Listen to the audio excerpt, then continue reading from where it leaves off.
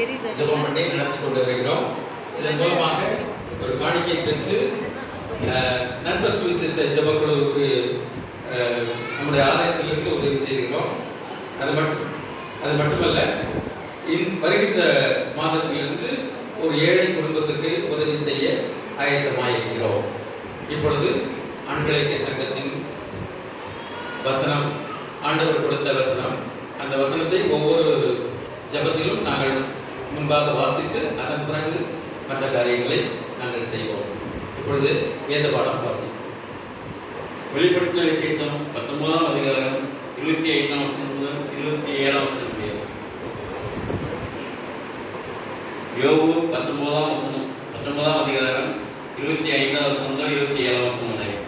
என் மீட்பர் உயிரோடு இருக்கிறார் என்றும் அவர் கடைசி நாளில் பூமி மேல் இருப்பார் என்று நான் அறிந்திருக்கிறேன். என் தோல் முதலானங்கள் அழிந்து போன பின்பு நான் என் மாம்சத்திலிருந்து தேவனை பார்ப்பேன். அவரை நானே பார்ப்பேன், அந்நிய கண்கள் அல்ல. என் கண்களே அவரை காணும். இந்த வாந்தியால் என் உலகிலே எங்கும் சோர்ந்து போகிறது.